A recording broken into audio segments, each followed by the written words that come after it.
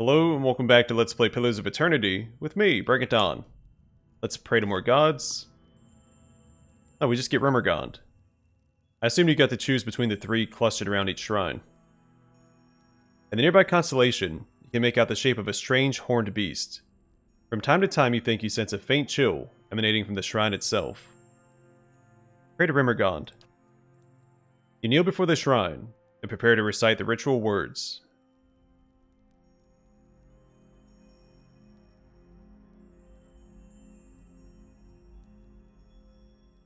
All life ends in stillness. You feel a sudden gust of cold air, as if the shrine were bursting into wintry life. The frigid wind cuts through you like a sharpened knife, and darkness encroaches upon the edges of your sight. You kneel and close your eyes. As you pray, the blackness fades to white, and a howling wind fills your ears. The vision that slowly resolves itself is of a broad, frozen plain. You see a procession of elves in the distance, periodically fading into and emerging from the whiteness. They trudge over snowbanks, their heads down against the driving winds. As they trek past you, one man bundled in furs turns his head. You headed for Noonfrost and the Frostfume Breach too. Before you can answer, he's lumbered ahead. You follow the caravan, in a couple of minutes, you come to a wall of ice. It disappears into the pale emptiness overhead, and stretches as far as you can see in either direction. The elves stop in front of a mirror-smooth section that's framed like a temple door. It seems somehow thinner than the rest of the wall. You can't see what's on the other side, but a debilitating cold emanates from within.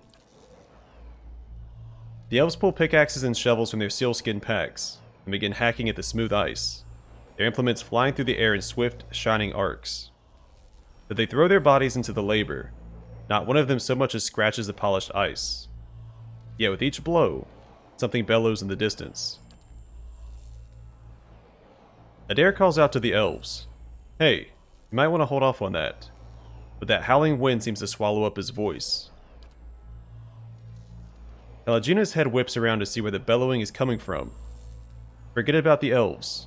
We need to be ready to move. She turns to face you, flexing her hands in the cold air. Or fight. The elves hack away, seemingly oblivious to the furious lowering, and to the tremors under your feet. The snow has risen to your knees. Your legs feel frozen in the drifts. Try to get the elves' attention. You grab the nearest elf by her shoulder, shaking her and yelling over the howling winds. You point in the direction of the booming noise, but she only scowls. Leave us, traveler. We've got to get through. We can't stay on this side any longer. Listen, you're angering something very big. You'd better stop. The elf strains to listen. As she rests her pick in the mounting snow, some of her fellows pause in their labors. A man with a withered, frostbitten finger turns. He raises his maimed hand, and the others stop as well. They stand motionless for several seconds before you realize they've frozen entirely. You touch the elf nearest you, and he crumbles into a mound of snow. A final gale blows past, scattering the remains of the elves in a chaotic flurry. You notice a single spiderweb crack in the smooth barrier. It's the only thing that mars the perfect surface of the ice. Whatever is on the other side of the strange doorway, you feel it tugging at you. Only when you look back and see the parallel gashes trailing behind your legs in the snow, do you realize how strong its pull is. My end comes to all things in time. Seal the frost-hewn breach, and instruct the pilgrims in the patience of Riemargond. A deep whisper carries from the crack. As quiet as it is, it shakes the ground beneath your feet.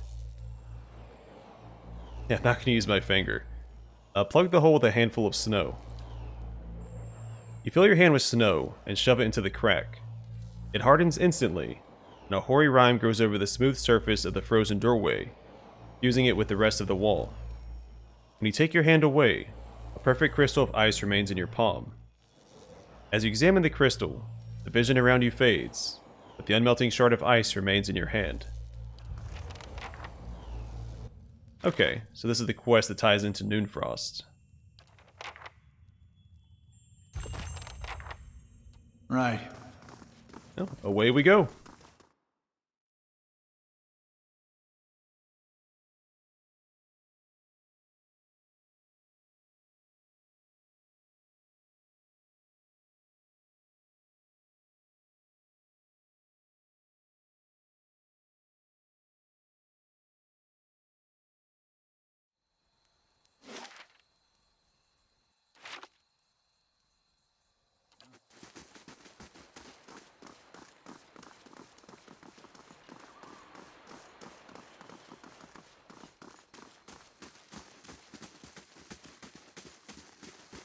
Based on everything we've read and heard about Rymrgand up to this point, I didn't expect him to be so talkative.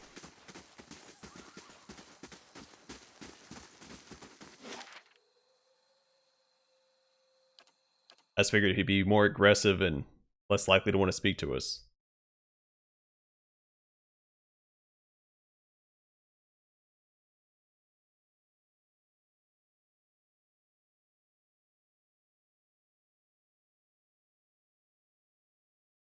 Honestly, I wish we could speak to Andra again.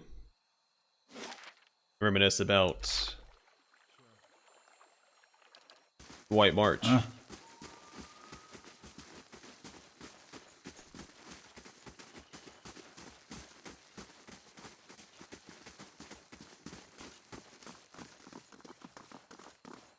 And also how I didn't do what she asked.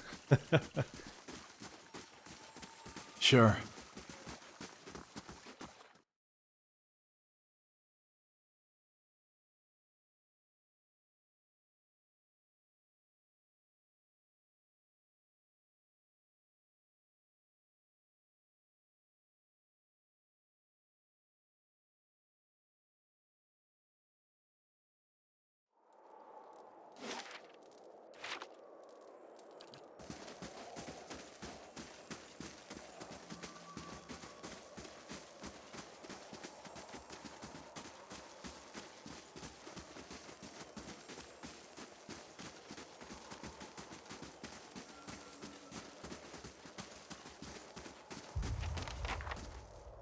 Sure. He runs a hand over his neat beard, the frostbitten finger black against his pale hair. Again, I must focus. Please leave. Quietly, if you don't mind. Rymrgand sent me to close the frost-hewn breach. His red eyes widen, and trap us here another 100 lifetimes. Even one as impassive as you must see the agony in his existence. Or in this existence. He shakes his head, weariness creeping back into his eyes. We can't continue like this. We've got to find a way into the White Void. The White Void. Riemargand's domain. A place where all things are mingled like snowflakes in a blizzard. It's a vortex of such chaos that even the beast of winter himself could not calculate the trajectory of the infinite particles of essence there. As souls are broken down over successive reincarnations, they become part of the White Void. It is a place where all things find perfect unity and freedom.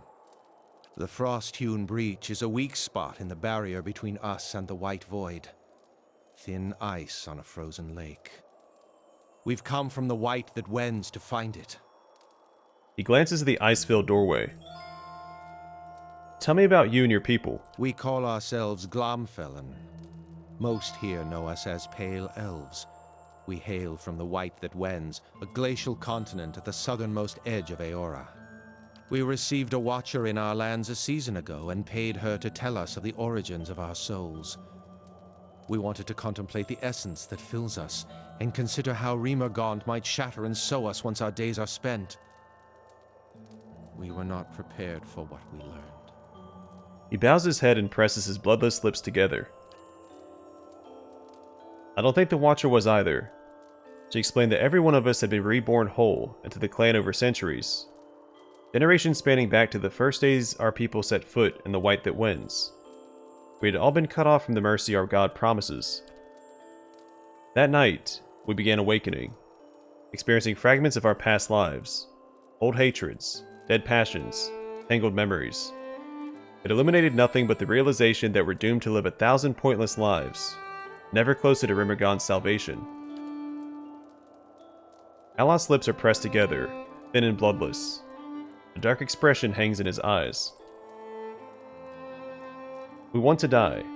We want Rymrgand to scatter our souls into the ether, or ether, that their million fragments might join at the White Void. He looks at his hands and the single frostbitten finger. My magic hasn't found a way through the frost-hewn breach yet, but there must be one. And you want to open the breach, so that we can die, permanently. We've lived more lifetimes than any mortal should. He shakes his head. We've been faithful followers of Rymrgand since our earliest incarnations. He's the god of entropy. Why would he force us to be reborn again and again? But if anything could pass through the Frost-hewn breach, it would enter directly into the White Void. This death is overdue for us. We just have to find a way through. Glassfall reaches toward the ice-filled passage, letting the waves of cold wash over him. See, I don't like option 1. I think that you can. But I want to see what option Rymrgand offers for the souls that we release.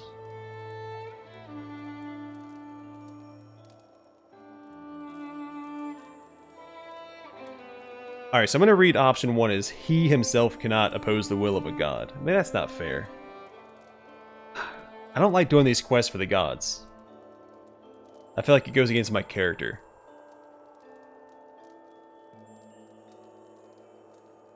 Screw it. You can't oppose the will of a god. Though I wonder...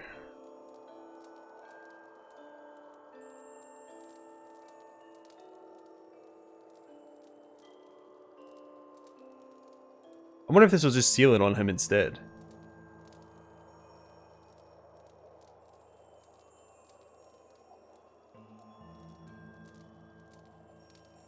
See, I'm split. Mostly because I just don't like this dialogue. I could just attack him. Darn it. You can't oppose the will of a god. Not happy with this. He laughs, but his eyes do not. You think that because Rymrgand spoke to you in a dream, he can march in here and tell us about his will. We followed him, and suffered by him, from us as long as his temple has stood. Now, we seek the very end that he promises. Do not lecture me about my duties to my god. If Rymrgand wished for your souls to enter the White Void, wouldn't he make it so? I don't pretend to understand his will, and neither should you. So we should live another 100 lifetimes of toil, and devotion to a god who will not even deign to give us a reason. He heaves a sigh, clouding the air between you. We've been faithful to Rymrgand all these generations, and even now, it's his mercy we seek. And these centuries are but the blink of an eye to one who is eternal. He looks at the drawn, haggard faces of his people. If it's Rymrgand's will, we'll go back to the white that wins. Perhaps one day he'll reward our endurance. They turn to leave, shuffling through Noonfrost's ice-slick halls. I guess we could also read it as me just manipulating him.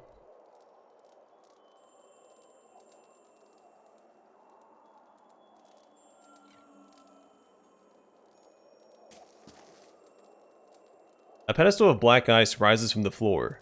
Long finger-like ice crystals, as hard and clear as diamond, surround and pierce the altar. A hole has been gouged out of the middle of the altar. Though it can't be more than a few inches deep, it sucks at the air around you. Plug the hole with Rymrgand's shard. The shard fits perfectly. As it settles into place, the cold around the altar dissipates. Similarly, the portal before you seems to thicken, and the mysterious seepage tapers off. Huh? Also doing it this way, I'm doing a favor to the Glenfathan of Twin Elms, since the cold and ice was spreading from Noonfrost.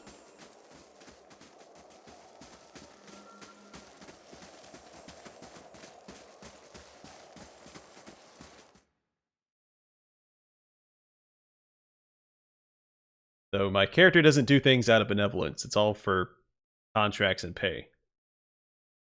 Except for companions. Those are his friends.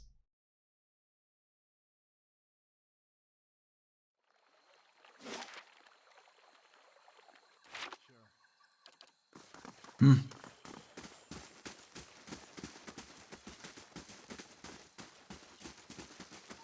We'll go back to Tyr Evron, we'll speak to Rymrgand again.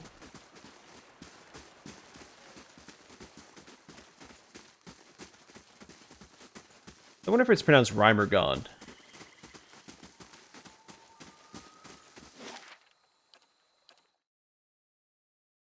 I guess it could also be Riemargand.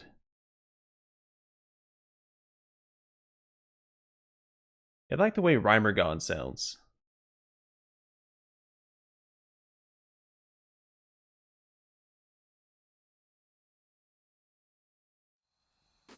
Mm-hmm.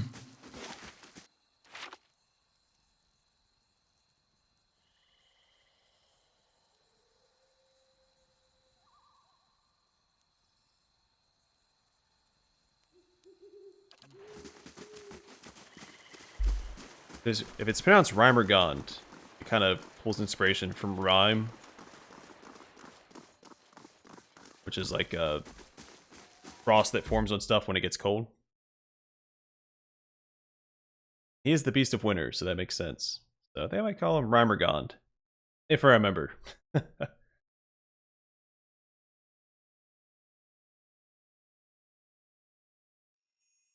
Sure.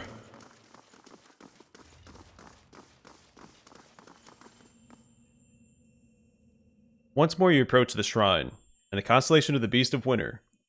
This time the cold emanating from the shrine is unmistakable. A thin frost is formed upon the edges of the stone. I pray to Rymrgand again. You pray again, and the vision of the white plain emerges. The driving wind returns in a chaos of whirling snow. Something moves at the center of the blizzard, plodding but relentless. As the snowstorm gets closer, you see an aurochs, as colossal and slow as a glacier. Its shaggy white hair is matted with frost, but beneath it, ribs like a ship's frame protrude. A man, emaciated and almost naked, huddles at the beast's legs. His body is scored with lash marks. His nose and ears have been carved from his face. His black eyes pierce the whiteout. I'm gonna speak to both Rymrgand and Skyn at the same time. Aloth leans forward. By the wheel. It's Skyn. The aurochs stops and stands before you, enveloping you in the violent blizzard that surrounds it. Though its mouth does not move, the beast speaks in a deep, thunderous voice. A clan of Glamfelin ventured from the white that wends to find the crack in the ice. When you sealed it, you damned their souls to a slow weathering here, one they had sought to escape. Their recklessness endangered the rest of Old Song. For each there is a season watcher. Winter's shroud covers all things in its time. The heat and energy of life dissipates, and untethered essence fades into chaos. But entropy is a chisel of ice and a hammer of wind. It is not for mortals to wield these tools. The scarred man snickers. The world shudders beneath you, and a great crack echoes across the wide expanse. The ice splits at your feet, waves lapping through the rift.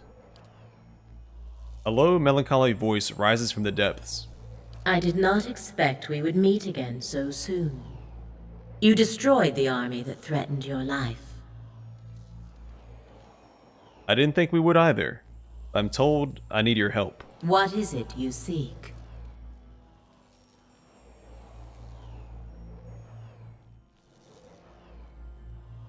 Theus Ix Arcanon, the man responsible for my current plight. Yet there is a greater plot at work here, Watcher. Theos acts not for himself. He is the Burned Queen's quiet slave, a master of secrets and schemes. Skyn's beady black eyes glint. Theos is a winter gale, unseen by the world even while he carves and shapes it. Woodica directs him, sending him to wipe her enemies from Aora. And animancy as well. He would see those secrets lost, the knowledge forgotten. The waves whisper. Okay, so this group probably wants us to destroy the souls. We have returned them to the Hollowborn. I mean, it's not verified yet, but based on the group that we're speaking to, well, except for Skyn. I imagine Skyn would just be opposed to Woedica in general, because she's acting like a tyrant. But Andra likes to keep her secrets and get rid of stuff. And then Rymrgand is the deity of entropy, so Did I read that? Yeah. Halgina turns to you and speaks softly through a smug grin. If I don't make it through this, assuming it's not too much to ask, please tell the Dukes that I did tell them so. And he would see his mistress grow fat on the essence of thousands. For her, he has harvested the unborn souls of the Deerwood. It's impossible to tell whether Skyn's ragged expression is a smile or a snarl. Why does Theos hate animancy? He believes that some knowledge is best lost to mortals. And you'll have that in common. The waves break quietly against the ice for several seconds. More importantly, Woodica despises it, and he yields to the will of the exiled queen in all things. He mimes an exaggerated bow. I realize his methods have been questionable, but mightn't he be right? What does Woodica want with these souls? To consume them, to collect her evaporating power, rebuilding what the turning ages have stripped from her. The gaunt Auroch seems to sigh as freezing winds tug at its fur. She would reclaim her status like an island of silt dredged from the sea. With this fresh, raw essence, Woodica will seize power over those gods and kith who have refused to acknowledge her authority, the ultimate act of vengeance. The grieving mother's eyes burn. Are the gods no better than kith? Plots and schemes. They consume the innocent and feed them to the powerful. A never-satisfied hunger. What now? Theos has removed these souls from the cycle. They are ice melting in the sun. Let them fade. Rymrgand's deep, slow voice echoes across the glacier. Let them forget this world and be forgotten by it. Waves crash in agreement. Take the souls she so desires and grind them into dust. Let her see her careful schemes thoroughly ruined. Skyn grins, still huddled next to one of the beast's woolly legs. That last one sounded a little nastier than the other two. For several seconds, the waves washed quietly against the ice, and the Auroch stands silently amidst the churning flurries. It is the destiny of all things to crumble and join the chaos that follows this world. Some seek it willingly, as you have seen. To mingle, roiled and stirred by the tides of the universe. It is not an unkind fate. Why do you oppose Woodica? She desires to order chaos and shackle the agents of change in the world. Under her, all things would remain static and frozen according to her laws. The Auroch shakes its hoary mane, exposing its prominent ribs. Even now, she only barely keeps the pact of the gods to leave the affairs of kith in mortal hands. She moves in Theos where she cannot move directly. And so we call on you to do the same. Such are the schemes of the queen that was. Skyn's laughter is thin and shrill. You'd give these souls the very fate you sought to deny the Glumfellan pilgrims. I am the beast of winter. I neither speed nor alter my path for the whims and desires of kith. I take souls at the time of my choosing, be it mote by mote or in a sudden tempest of chaos. The Auroch snorts. These souls, they have already forgotten their place in this world. They have been lost to existence. Let them be memorialized and mourned for an age, and then forgotten entirely. The waves rise, beseeching you. I'll seek Theos in sun and shadow. When you reach the burial isle, we will send lost souls to guide you through the pit. This is our gift to you.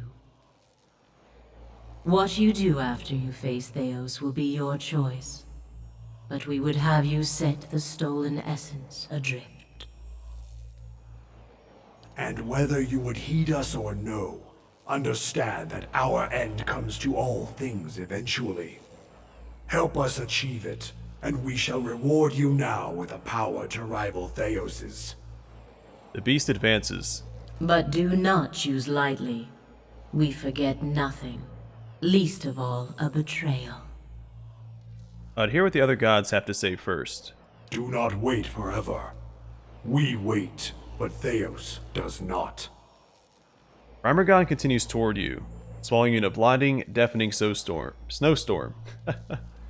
You experience a dizzying, exhilarating disorientation, oblivious to the landscape around you, even the reality of your own body. You hear a noise that could be the shrieking winds or Skyn's screeching cackle, and then it recedes into everything, or with everything else.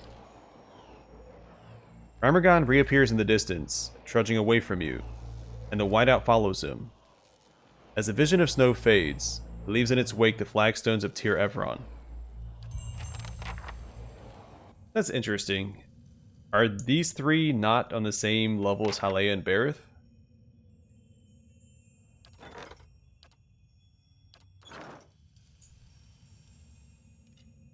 I feel like if I made a pact with one of the groups of 3 gods, the power they give me should be more than if I just did it with Hyleia or Bareth. Also, I feel like Rymrgand would be one of the more powerful gods. Since, entropy is inevitable, he represents the end. Kind of like, Grotus from Pathfinder. Huh? So it's also, I find it odd that he's sided with these two. I mean, I guess with Andra that makes sense, but they didn't have to pair Andra here.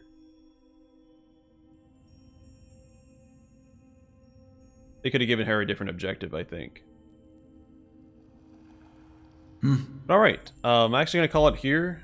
Episode is a little shorter than usual, but I don't want to start a conversation with another group of gods and, not be able to back out of it. So, we will speak to Galawain, Mogred, and Abaddon in the next one. For now, thanks for watching. Hope to see you guys in the next one.